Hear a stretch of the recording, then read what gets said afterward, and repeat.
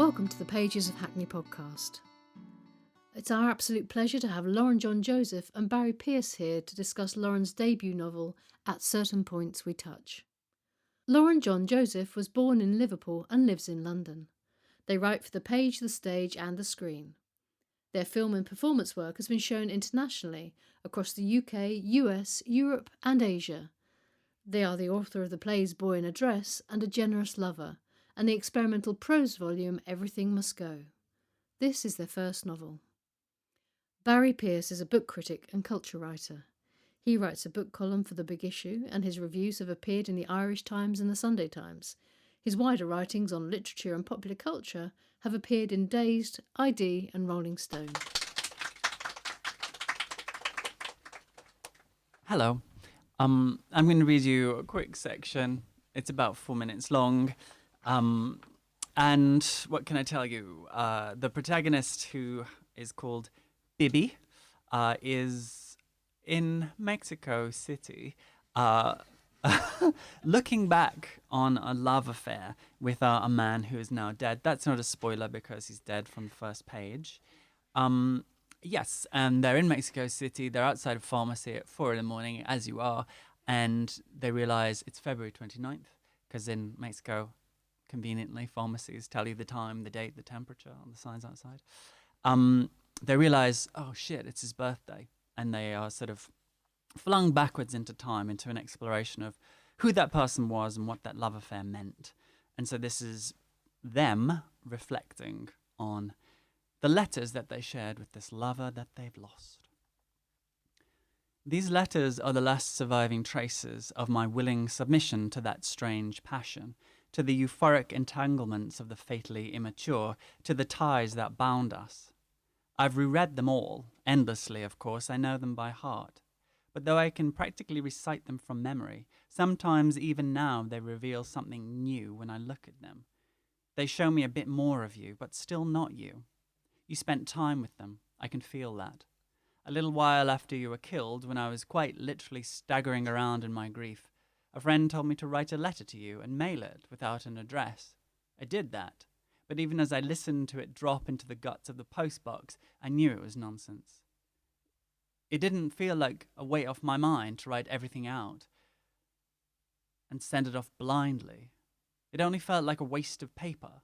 Like a magic trick from a Christmas cracker, like a wellness exercise from a fashion glossy. And yet, I've tried frequently to contact you. I've gone on writing to you. What other reason is there for this book? I know for sure, even as I write it, that this book has possessed me. I felt it just now as I was walking back from lunch at the Fondita, waiting for a break in the traffic so I could dash across the road. I felt it as instantaneously as I had felt it in front of the drugstore's neon cross when this mission settled on my brow. I understood immediately that I am now entirely at the mercy of this story, compelled to write it out, to keep dancing until I fall into a dead faint with the red shoes still on my feet. Maybe then I can rest. This is the only story I can write. Even when I try to scratch out something else, something pleasant, this story expands in the line breaks. In the silences when the keyboard is resting still between thought and image, I hear your voice saying, "That's how it is, eh, Bibi?"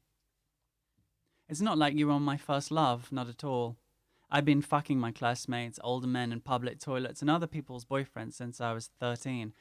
I'd known my way around nightclubs and bedrooms since my second scholarship year of secondary school, and I had known love's thrills and spills for practically as long.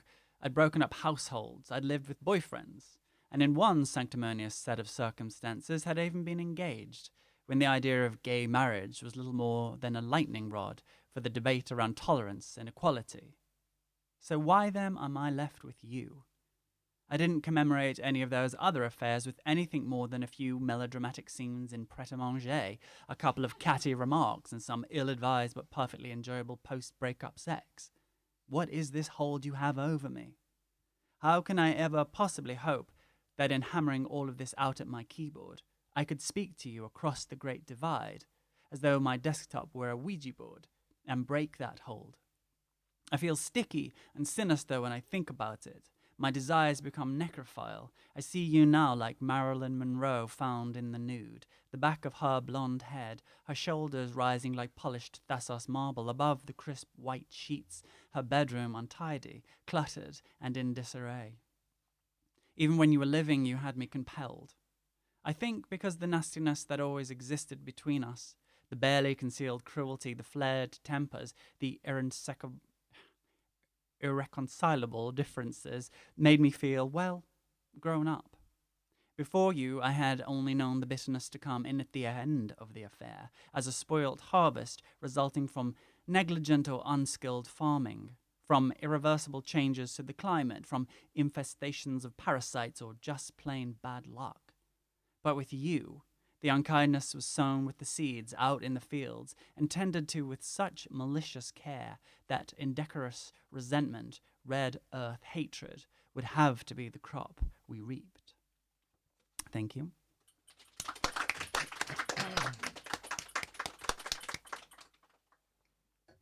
Hello. Hi. How are you, my dear? I'm quite all right. Irreconcilable? God knows.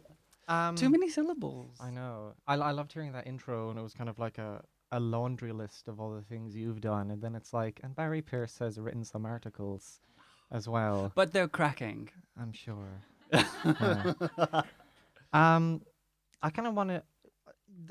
I'm thinking of that intro in which you are a theatre maker, playwright, filmmaker, singer. You know, chanteuse, muse, ingenue, etc. So why have you done a novel then? It's a completely different form to what you've kind of worked with before. And kind of what were the challenges to switching into prose fiction? I'd actually always wanted to be a novelist. Ever since I was a wee child, I had wanted to be a novelist, and it just did not seem possible. Lord knows I tried. I had a novel, an experimental prose volume with an agency, with a big agency for a long time, and they kept saying, yeah, we really like this, there's something here, but you know, most people just read on the tube, so you've got to bear that in mind.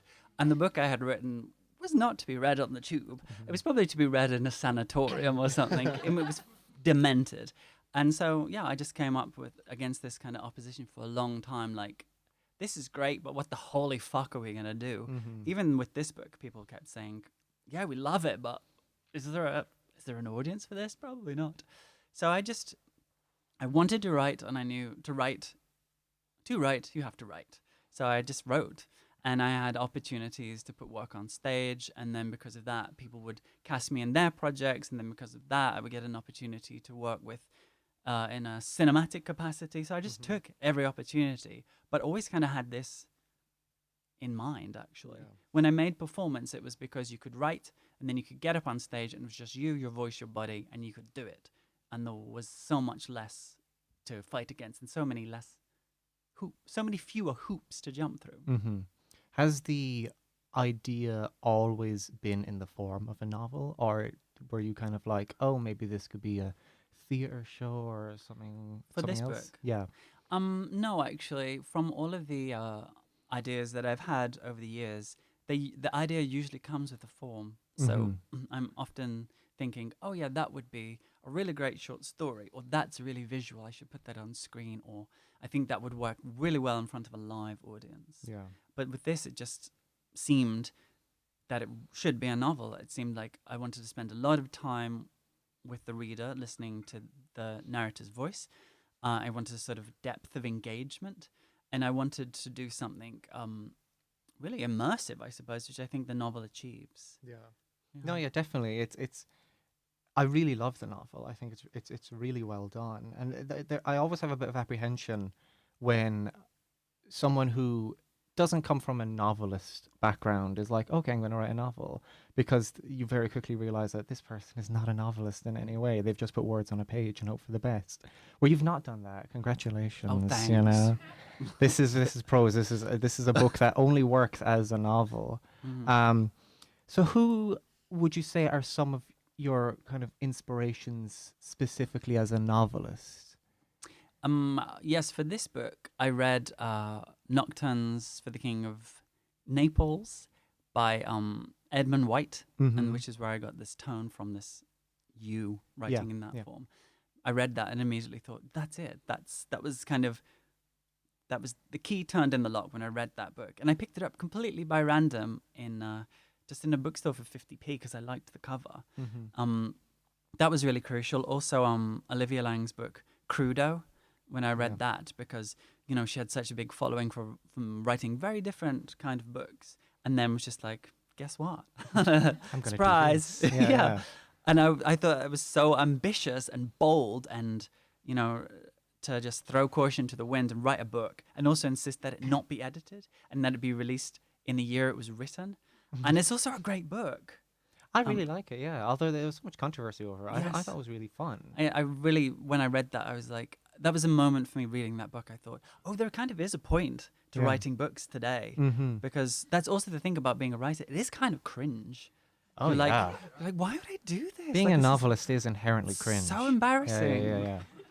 And then, yeah, and because you have to sit there and slog away, and you're just like, oh god, this is garbage. Everyone's gonna hate it. Mm-hmm. You have to willingly do that to yourself. Um, so when I read that book, I was so excited. I was like, yeah, there's a point Yeah. to prose. Mm-hmm. So that was really exciting. Yeah, I think they were the big two inspirations for this Yeah. book. And Hugh Lemmy, actually. Mhm. Hugh Lemmy, because again, he's just such a lunatic. And Garth Grenwell. Oh yeah, of course. Yeah, yeah. Yeah, because I think Garth writes really good sex, and Mhm. that's not easy. So Well, yeah. I felt I had permission. Yeah, well, I'm going to get on that in a little bit about sex in this novel because that's a very important aspect of it. But I want to know there are some parallels in the story of the novel with your life. Mm-hmm. And I'm going to use a hotly detested word that may need to be bleeped out on the podcast. But is this book autofiction? Is it? Is it? I watched Ocean Vuong give a talk about On Earth We're Briefly Gorgeous, and I don't think people have considered that to be autofiction as explicitly as they have considered some other books. I think it kind of is, and he says, in a way, it is. But he was saying, and this really rang true for this book, that he had taken characters he'd known and then done the things with them, like specifically interrogated them in a way that he wasn't brave enough to in his own life. And that's kind of what I did with this book. Mm-hmm. The central love triangle is true to life, and the death of Thomas James is also true to life. But the events didn't happen in that order. Yeah. And there's such a lot of manipulation that goes into writing a novel. Because basically, I could have taken the last scene, the last chapter, and written it as a short story. But in order to like really make it hurt, I had to build up to that moment, and that's kind of the manipulation of the novel, is doing that to hopefully bring the reader to so they experience some semblance of what I felt when I lost that friend. Mm-hmm. But so yeah, the rest of it is sort of manipulation, fictionalization, and building up towards that moment. Did you like On Earth We're Briefly Gorgeous? Yes and no. Yeah, I was It's a bit worthy. a bit. Yeah, but I found I had like no connection with it whatsoever. And also, I was discussing it with a friend of mine who's also a book critic, and he was just like, on heaven we're no was it no on Earth We're Briefly Gorgeous, and then he was just like, in heaven we are permanently minging. And I've never been able to kind of get that out of my head, so he ruined the entire Yes. book for me. Oh, God bless him. I know, but it's yeah, I- yeah, it was a strange one. I was like, why is he talking about Tiger Woods? Yeah. What's this all about? I think maybe I liked the book more than you did because I spent an awful lot of time What, in that- nail salons. Oh yeah, of course.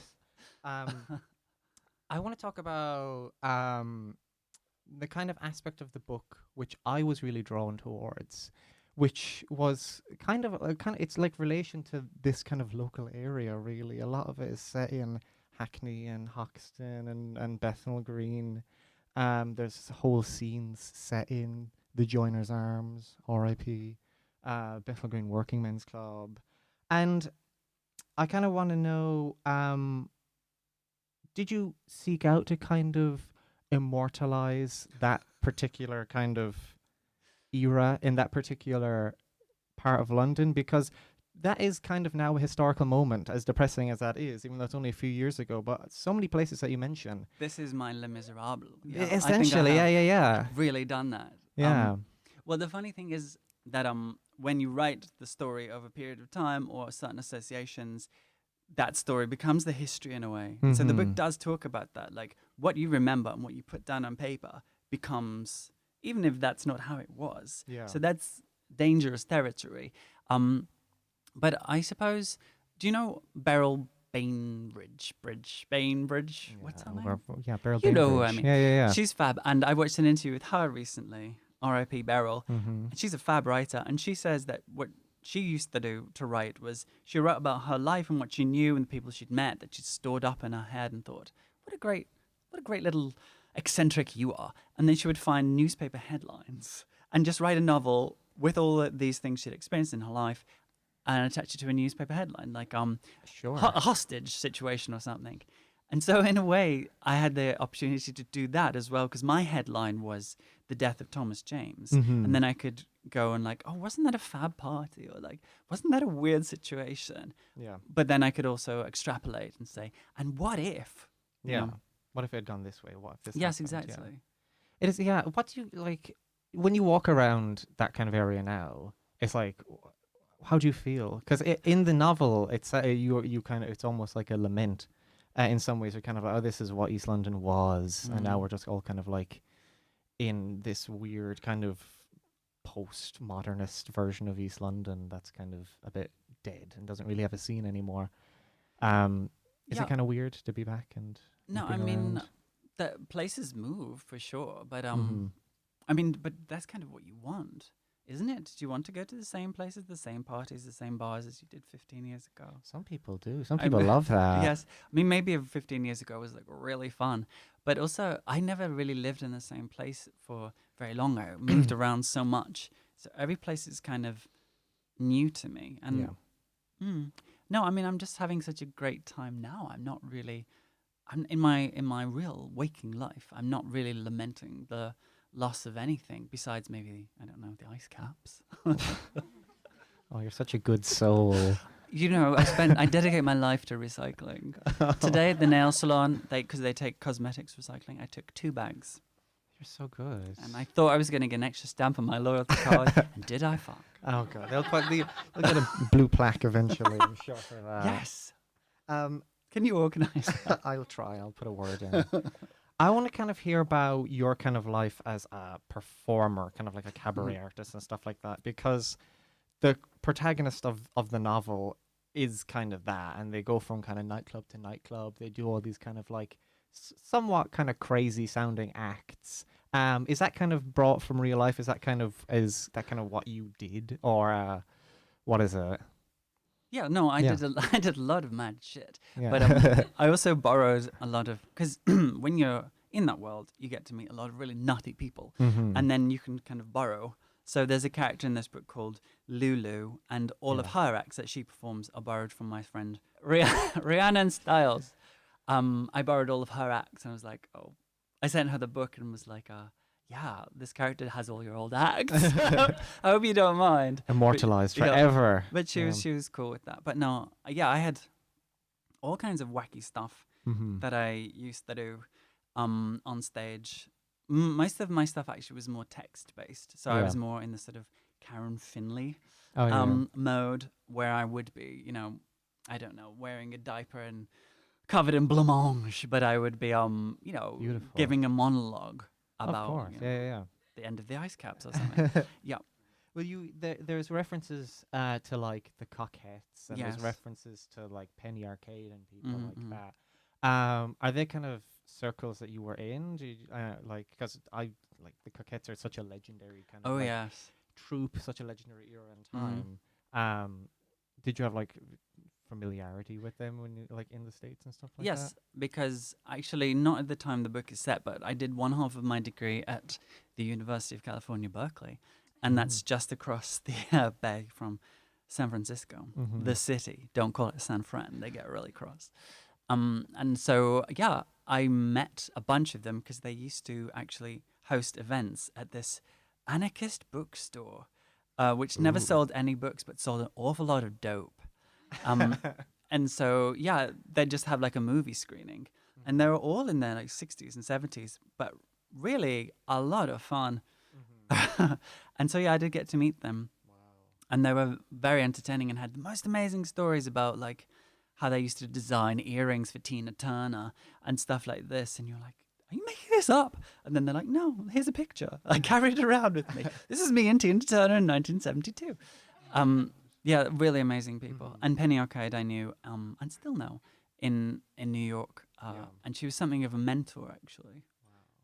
Because we had a lot in common, and I just used to hang out in her living room, and she'd be like, hey, you want to see something? This is what I was doing in 1988. They think this is all new. It's not new. And then put on a VHS. And then, I love it. oh, it was great. A real education. Let's talk about sex, baby, Right. etc. That's it.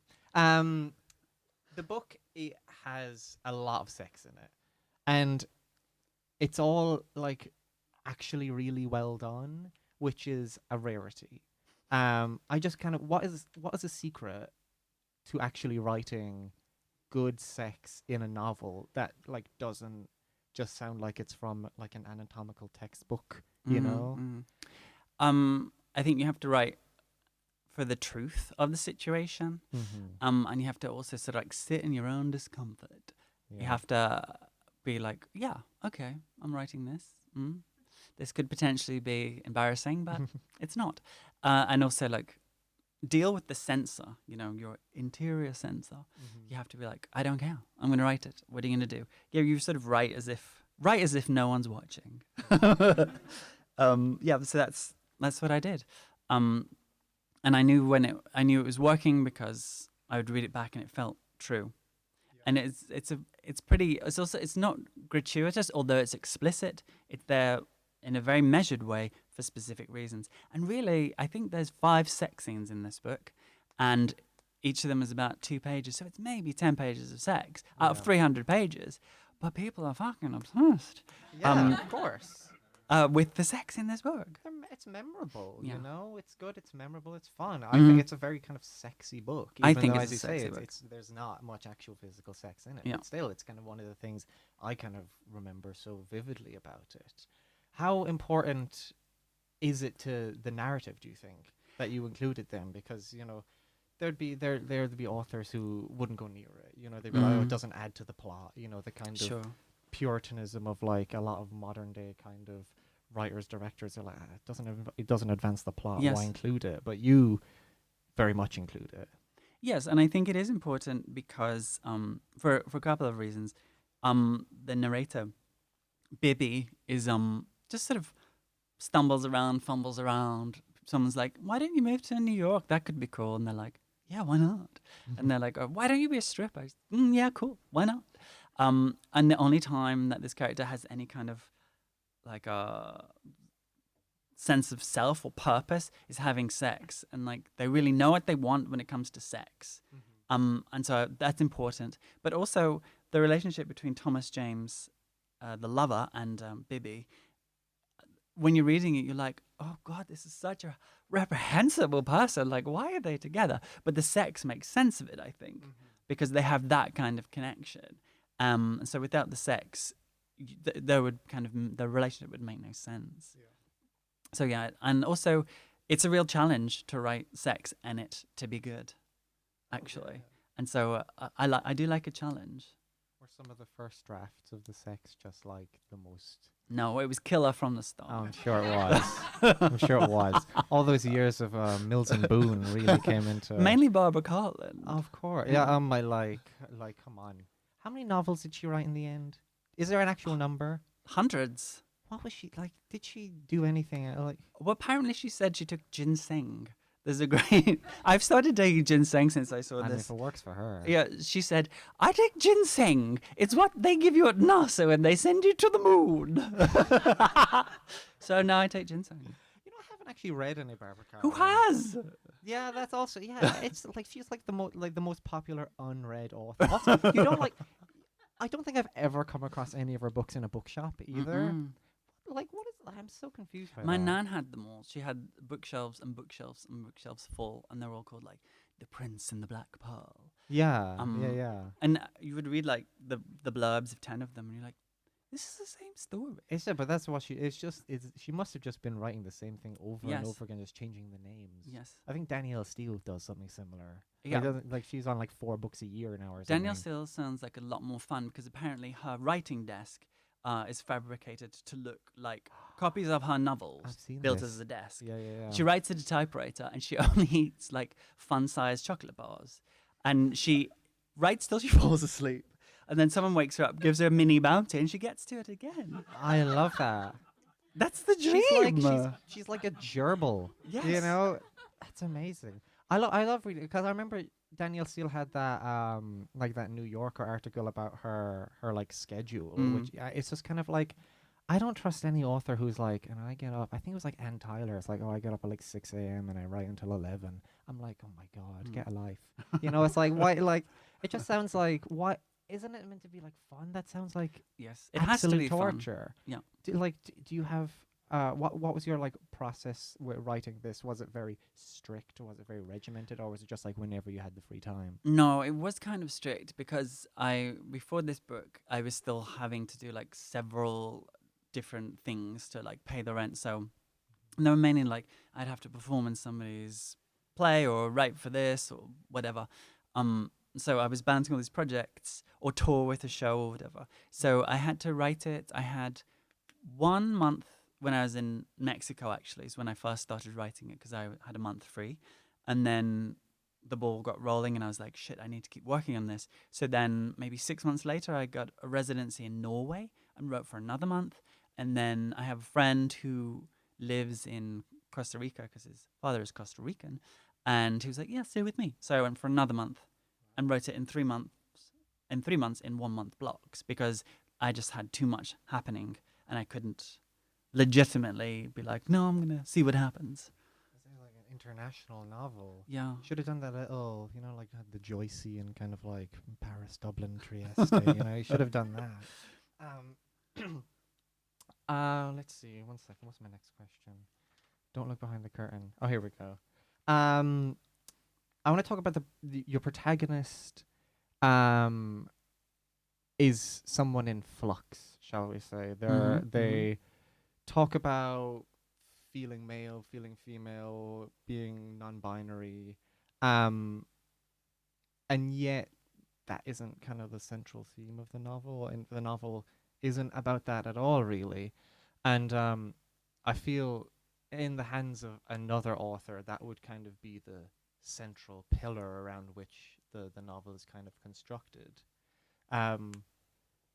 But it's just a kind of like a background detail to do with the character. I kind of want to know, first of all, why did you think, I don't need to focus on that, let me just tell my tale?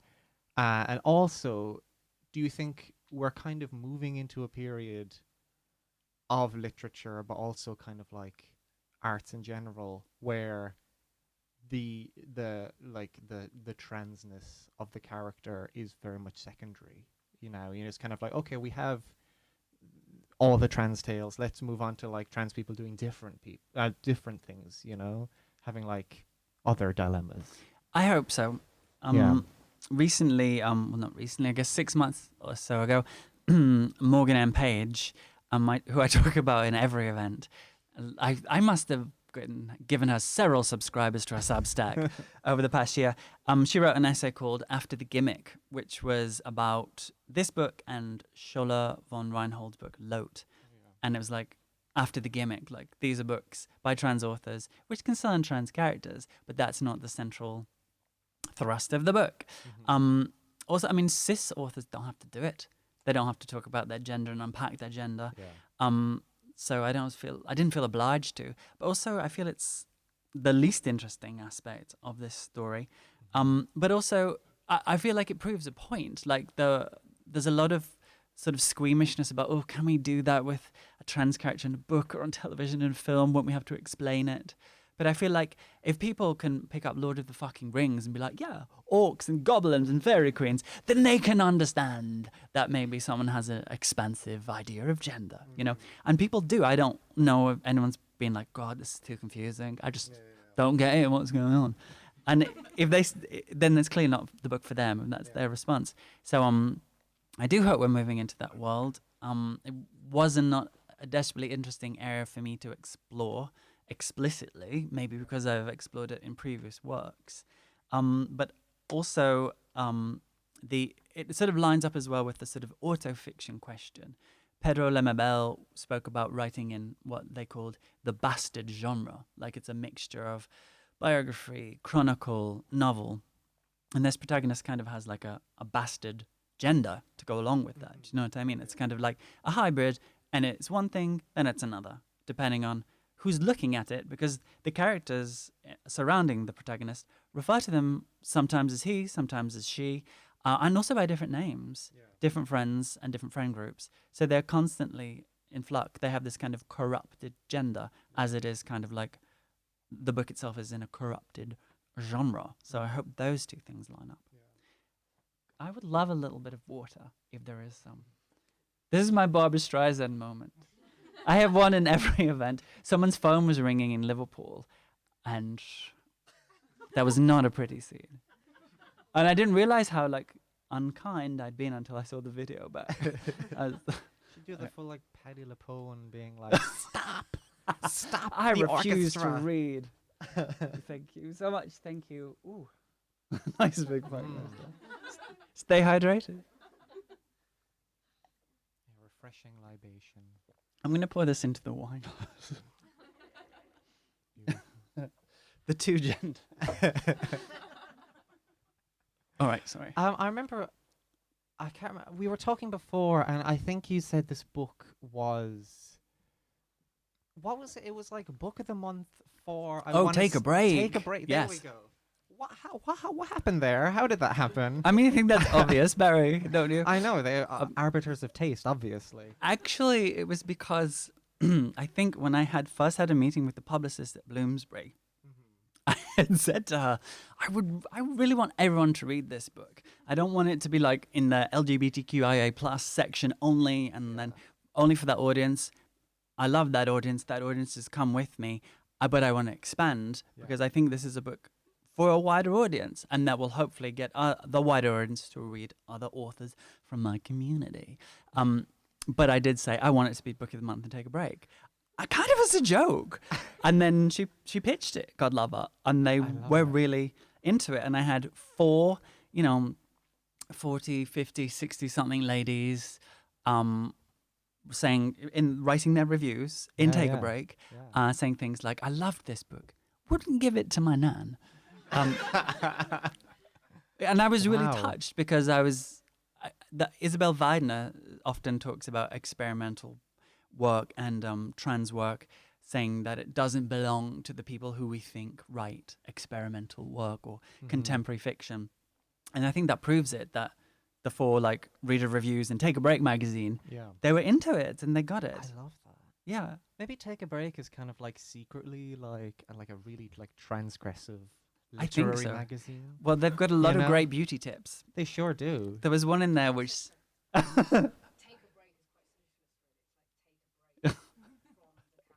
Oh yeah, I love that. Yes, take a break of the system. I mean, yeah. They had this great tip about how you can't afford a fancy bronzer, just use powdered hot chocolate. Delicious. Yeah, just eat your heart out, Charlotte Tilbury. Literally. Oh wow. I'm just trying to imagine what that looks like now. Terrible. Yeah, it looks really bad. Yeah. I feel like we're recording like an episode of Round the Horn or something for Radio 4. Should we put like NPR voices on, so it's all very kind of like wistful and. like we're doing democracy now. Yeah. I want to talk about, what is it? Oh, wait, grief is Oh, my yeah. next section. Oh, for God's sake. Okay, let's do it. Grief. Yeah.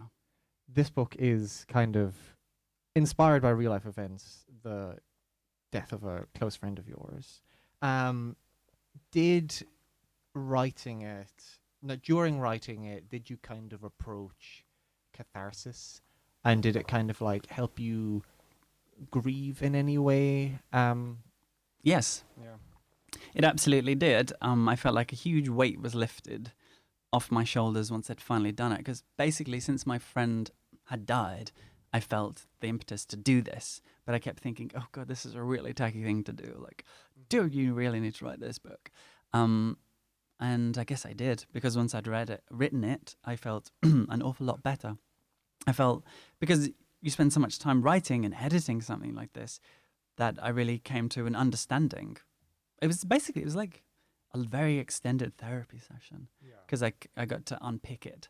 And when you're creating characters based on real people, you can sort of stand in their place for a while and say like, oh yeah, maybe that's what was happening here, because I was so involved in my own feelings I couldn't see it from any other angle. And then to create characters, you have to be in their shoes. So yes, it was very cathartic and very healing. But I also realized that it had helped me with more than just his death. It had helped me grieve other things that I hadn't grieved, like my dear old Auntie Marjorie when she died, or my nan died, or my sister's godson when he died at like 11 from a brain tumor. All of these griefs that you're just in the world being busy, like, yeah, that's sad. But I hadn't had the capacity to deal with any of them. So as I wrote this book, I was grieving for so many people that I lost. My friend Brian, who died horribly as well. Just writing about grief got me in touch with all of those griefs. So it was very healing. Also, I realized that I had kind of written a book about, not particularly about mortality and grief, but when I was in my teens, my mother's sister had an affair with my mother's husband, and the husband left for the sister. And so that totally destroyed what had been a very close-knit family. And it was this triangulation of my mother, my mother's ex-husband, and my auntie. And this book is a love triangle. And once I'd finished writing it, I was like, oh, that's what I've done. I've written a book about a love triangle, because that is the love triangle that like kind of it bisected my childhood. There's a before and after of that love affair. And the people involved didn't handle it well. Like the people in this book don't handle this well. But it wasn't at the forefront of my mind when I was writing it. But it became very clear after I'd finished it. Yeah. It's kind of like that bit in therapy where you're like going over something and then you're kind of like, oh wait, that's what that is. It's like after the fact. So I was like, oh yeah, it's like that memory is that, or this is why I do that action. It was kind of like that. Yes. Yeah. Yes. How like has the kind of reaction been amicable among the people who would have known this person, or have they read it, or have they been like, I'll get around to it eventually? The third part of the love triangle, the third point of the love triangle. So there's Bibby, Thomas James, and a character called Adam. Yeah. And the character called Adam is based on a real person too. And I hadn't been in touch with him for a while. But when I wrote this book, I thought, I'm going to have to be in touch with him now. And so I sent him a copy of the book with a note being like, well, here it is. I really don't mean to hurt you with this book, but I couldn't but write it. And he read it and liked it. And now we're busy mates again. We hang out all the time. I saw him today. He's great. And this is one of the greatest gifts that this book has given me, is renewing that friendship. We just did a piece, actually, it's coming out in The Observer in 2 weeks, about how this book patched up our friendship. So that's been so amazing. Other people have read it, like Rhiannon Stiles. I sent it to her because she knew the person in question, and she liked it too. Yeah, I don't think there's been anybody who knew the characters or the people the characters are based on who said, nah, fuck you. Like, that's not how I remember it, or you made it up. I think most people are also aware that it is a work of fiction. Yeah. And so I've taken a lot of license with that. Yeah. You do have that really beautiful scene at the end where Mhm. your protagonist is on the bridge at the end of Broadway Market, and you have this kind of like reconciliation after the death. I think it's a really powerful, beautifully written scene. Thank you. Yeah, I think that's kind of like my kind of prevailing memory of it. I just thought that was just really nice. Thanks. Yeah. You're welcome. My questions are done. I've run out of questions now, so I guess we just have to do a little cabaret number until the Oh, end. yes. Yeah. Which one do you want to do? I don't know. I'm do have- still here. I do. I do have a. C flat. I have a fun one. I like to do this because it puts people in great pressure. But I found this amazing line from one of your 1-star reviews on Oh, Goodreads. great. Have you been on Goodreads? Of course, you know I always do this. You know, and Yeah. some authors are kind of like, why'd you do this? I'm kind of like, because it's fun. Yes. This is beautiful. This person please. gave you 1 star. Yes.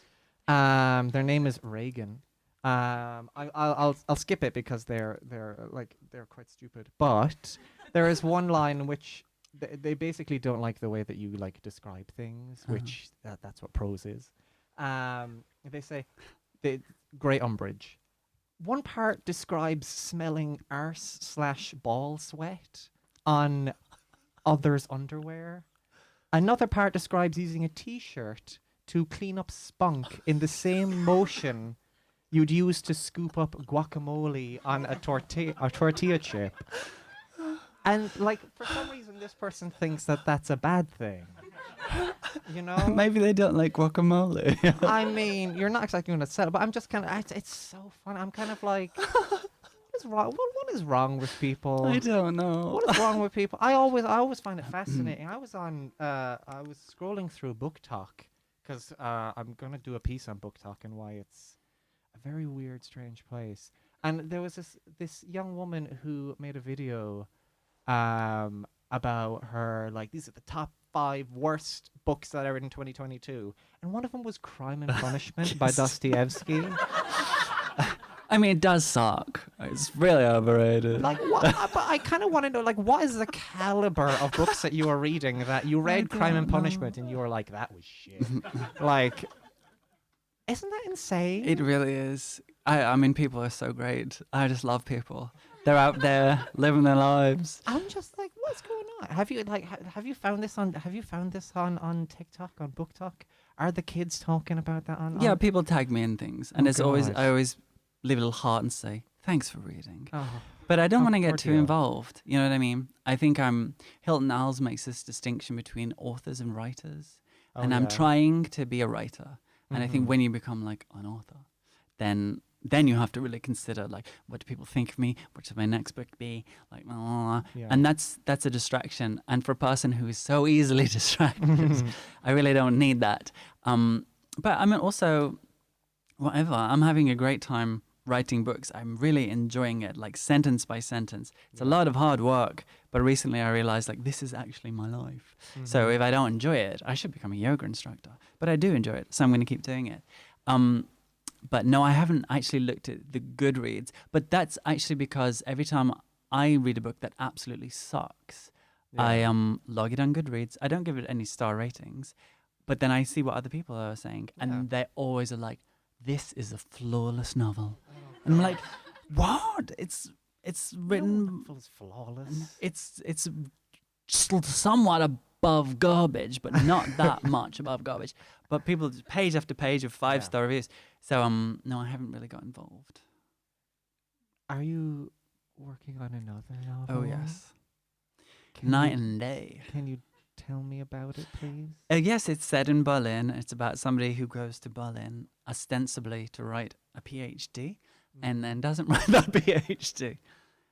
Instead, gets involved with somebody who's absolutely naughty. Ooh. yeah. Is this your like Isherwood era that you're kind of? I think that's going to be the very clear comparison. And I've given him a couple of nods to Isherwood because I genuinely do enjoy Isherwood. And I lived in Berlin for a while. Yeah, it's a very different book. But I think, it's been a lot of fun to write, and I hope that it will be well received. Of course. I better be back for the next event, Yeah. or else. Fabulous. Thanks for talking to me, Lauren. My pleasure. Oh, round of applause, please, for Lauren John Joseph. And for Barry Pierce. Let's keep it going. Now is the question and answer portion of the evening.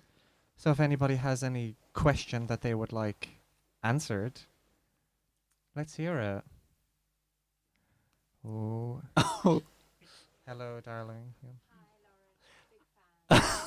Long time listener. I wanted to ask if you could tell us a little bit about the role of the internet and the internet as a contemporary space for grieving. Well, I think I'll just repeat thank the you. question for the podcast listeners at home. It's about the role of the internet in Lauren's novel. yes. Yeah, because this book is kind of like from the indie sleaze era. That's where the action takes place largely.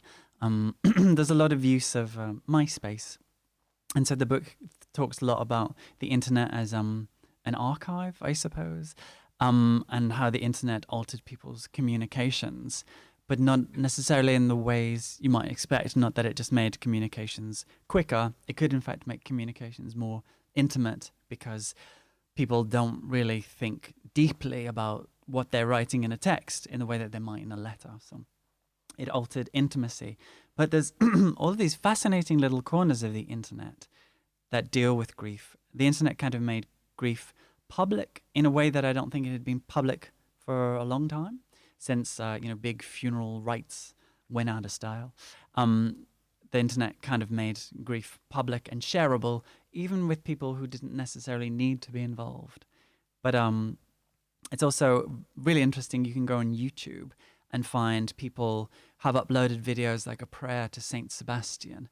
And then the comments will be full of like, Saint Sebastian, please pray for my brother, he died last week. And so people that now use the internet basically for the same purposes, like technology is constantly adapting to some very basic human needs, sex and grief and communication, I suppose. Also, there's something much more mutable about the internet. People always talk about the internet like if it goes online, it stays online forever. But in a lot of cases, it doesn't. Like, people upload pictures of you to Facebook, but then they delete their Facebook account. Those pictures are gone. You never saved them. Or if you do download them, they're in really low resolution. Did that answer the question? Yes, I thought it. Any other question? Oh, in the front. Yep. So big fan. It's so beautifully written. Thank you. Stuck with you the whole time. Yes. That really came from the Edmund White novel, actually, because I had spent a long time thinking, what is the tone of this book? How can I get it across? And then I read that book and thought, this is brilliant and also not overused. So I experimented with that, and I found that what was happening is that as I was reading it back, I understood that though the protagonist is writing to you, Thomas James, the reader kind of also receives that as the you being them, so that it makes for this real strong connection between the writer, the narrator, and the audience. And also, I really write by ear, which is why I write sentences that are like six lines long and have 14 clauses in them, because there's a kind of musicality, and I liked the musicality of it actually, and I think it allowed for a real intimacy. Yeah, I agree. It's melodic.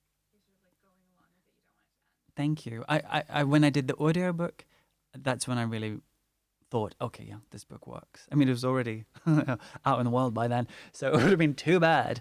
But reading it back, spending 5 days in a recording studio, I was like, okay, yeah, sure, this lands. And I also had the world's straightest studio engineer, who would often be like, sorry, Lauren, can we take it from throbbing hard cock? Thanks, Lauren. For like 5 days.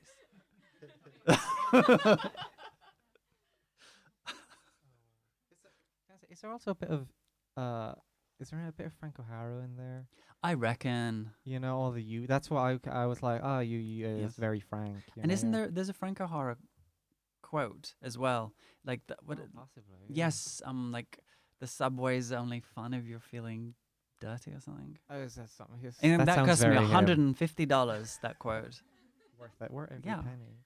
R.I.P. Frank. I know. Plow down. Yes. In his prime. Literally. Any more questions? Ooh. Is it a revenge novel? No, but this is my revenge dress. No, it's I can understand that where that question comes from, and I worked really hard for it not to come across as like having an axe to grind, because there's a certain amount of anger that went into writing this book. But I really tried to be as fair as I could with these characters, and also, I mean, he's dead, so that would be kind of like, I don't know, desecrating a grave. I did read a great story in the Liverpool Echo recently about a woman who was arrested for dancing on her husband's grave, drinking from a bottle of champagne and singing "Who's sorry now," which is actually, that's my living will. Oh, that's beautiful. Yes. Yeah, me too. We don't have enough desecration nowadays, Mm-mm. you know? It's a lost art. Something that needs to really be brought back, you know? Oh. Do we have any more questions from the crowd? Oh, at the back. Yeah.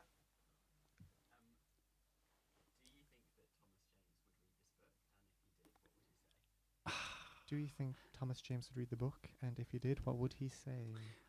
He'd probably say, shit, innit? I don't know. The character that Thomas James is based on was not a big reader and was a constant provocateur. It's weird, the people in your life who read the stuff you write and the people who don't. Like my mother-in-law reads everything, and says things like, "Well, it's good to be still learning at my age." My mother doesn't read a thing. I'll say like, "Oh, it's one of the Observer's top 10 books of the year. Like I'm in the paper today. Why don't you go and get it? You live next door to a newsagent." And she says, "Do you reckon I can find it online?" So it's always surprising who reads your stuff. I doubt Thomas James would have read it, but maybe would have like listened to the audio book on his bike at double speed and then listened to the bits pertaining to him. Probably in with more focus.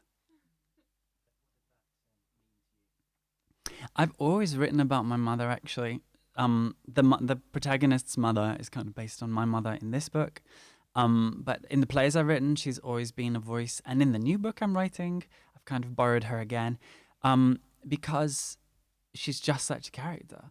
She's sort of wonderfully unaware of herself, but she has the most meticulous ear for stories. And so everything she says is just beautifully melodic and somehow very moving. And she's been through an awful lot of terrible things, but somehow came out of it very entertaining, which is exactly what you want, I suppose. And also, luckily, she doesn't read anything I ever write, so she's not going to be offended. She once told me the most beautiful story I think I ever heard. And she said, "Well, when I found out that I was pregnant with you, because I was only 17 at the time, and so I told my mother, and my mother was like, go over to Margie McQueen at number 52 and ask her, say, Margie, do you have any knitting needles and any patterns?" So I went over to Margie McQueen and I said, "Margie, my mum said, do you have any knitting needles or any patterns?" And Margie said, "What do you want them for, girl?" And I said, "Margie, I'm pregnant." And she said, "Friggin' hell, what did your mother say?" And I said, "Well, she said go over to number 52 and ask Margie McQueen, does she have any knitting needles or any patterns?" And I thought that was the most perfectly formed story that I'd ever heard. Like the character development, the humor, the pathos. No, okay, wonderful. Thank you all for coming out here tonight to this fabulous event to celebrate the paperback launch of At Certain Points We Touch by Lauren John Joseph That's me. in the flesh. And there will be signing, I'm presuming, putting your little signature yeah. there. I brought get- my favourite pen. Oh, and you'll get to meet the Lauren John Joseph in the flesh, you lucky things. Thank you all for coming. Round of applause for Lauren, please. Thanks for being here. Thanks, Barry. Thanks, Pages. Thank you. If you'd like to buy a copy of At Certain Points We Touch, please head to our website, pagesofhackney.co.uk, where you can buy it for collection from the bookshop or for delivery nationwide. If you enjoyed this podcast, please subscribe wherever you find your podcasts for more literary events like this one.